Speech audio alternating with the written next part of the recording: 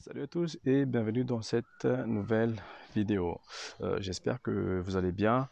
Avant de commencer la vidéo, je tiens à remercier l'endroit qui nous accueille pour cette vidéo aujourd'hui. Donc, le bar-restaurant Clubhouse assise au domaine Magabé à Nosbé et Lville, qui ont accepté en fait qu'on fasse notre petite vidéo ici.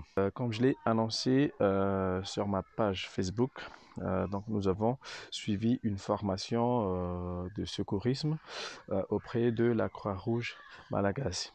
Alors, au début, je voulais parler un peu de la Croix-Rouge, ce qu'elle fait, pardon, mais finalement, je vais mettre un lien en description, un lien qui va vous rediriger vers le site de la Croix-Rouge, qui va vous montrer les détails sur cette entité. Aujourd'hui, je vais juste parler de notre formation. Donc, la formation s'est déroulée le 17, 18 et 19 août dernier. Alors, qui peut participer à cette formation? Donc, déjà, il faut avoir une carte d'identité nationale et ce qui veut dire que avoir plus de 18 ans. Et à part ça, tout le monde peut participer à cette formation. Où est-ce qu'on fait la formation? C'était au siège.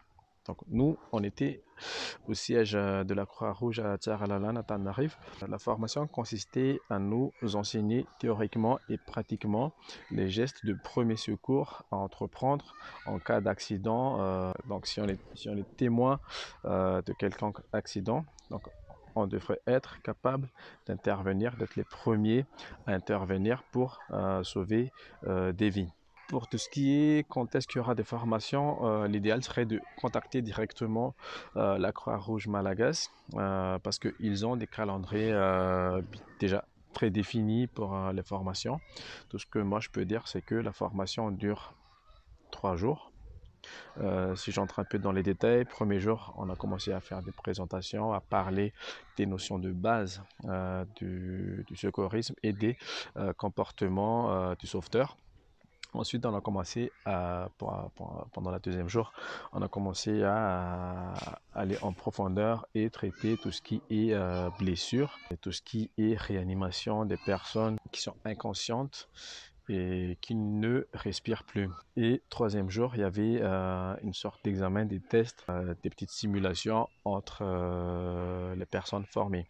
Personnellement, pourquoi est-ce qu'on a suivi cette formation? C'est parce que personnellement, dans mon métier, je rencontre souvent en salle ou ailleurs des personnes qui sont en danger en général, donc des malaises en salle.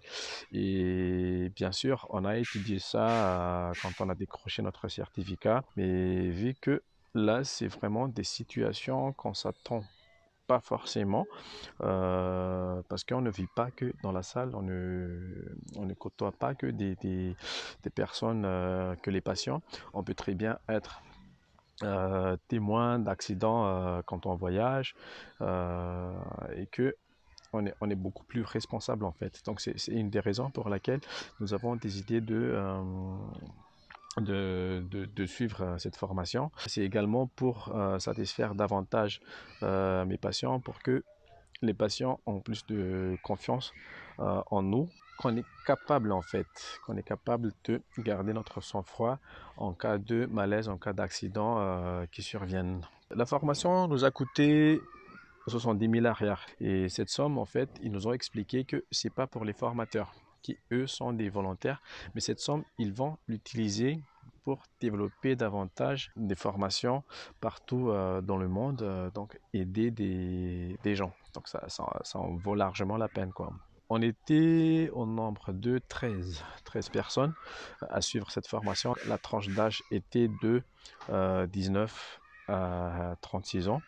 Mais on pouvait sentir qu'il y avait une forte cohésion entre ces personnes-là. On s'éclatait beaucoup pendant la formation. Il n'y avait pas de barrière du tout. Là, il y a les aînés en fait qui ont réussi à vraiment s'intégrer parce que je dirais que 75% étaient des jeunes moins de 22 ans et quelques personnes, dont moi en l'occurrence, j'étais dans la trentaine, quoi. Qu'est-ce que nous avons appris pendant cette formation? Comme je l'avais dit, j'ai personnellement appris que on n'aide pas les gens tels qu'on les voit dans les films, qu'il y a des étapes vraiment précises à suivre quand on porte secours à des personnes en danger qui sont coincées dans des incendies, par exemple, qui ont été blessés dans des accidents de la circulation. Donc, on a appris comment on dégage ces personnes-là. Par exemple, on avait l'habitude, quand on se brûle les mains ou quand on se brûle les pieds,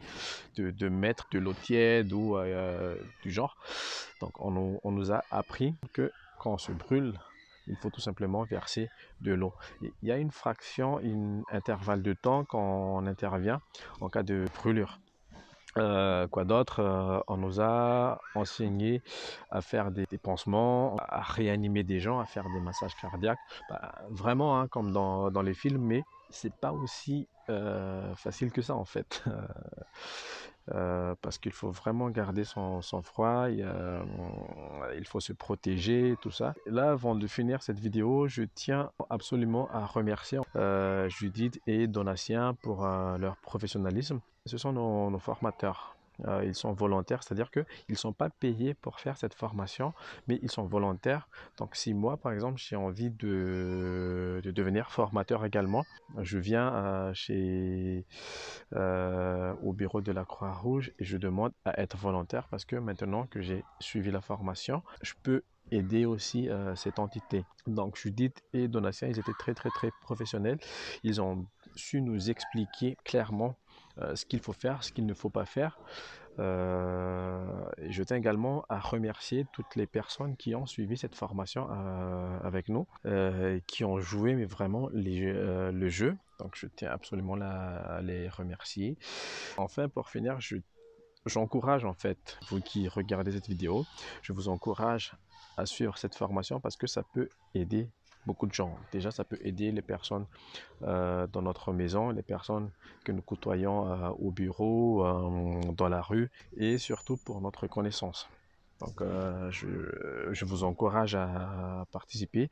Et bien sûr, pour les personnes qui sont dans le coaching comme moi, bah, c'est quelque chose cette formation est très utile pour notre métier parce que ça, comme je viens de l'expliquer, ça nous aide beaucoup à intervenir dans le calme et en toute confiance en cas d'incident, en cas d'accident. Voilà pour cette petite vidéo. Comme d'habitude, j'espère qu'elle vous a plu. N'hésitez pas à mettre un pouce bleu et de vous abonner à la page. Ça nous encouragerait beaucoup. Et je vous souhaite à tous une très bonne santé et à très bientôt pour une autre vidéo.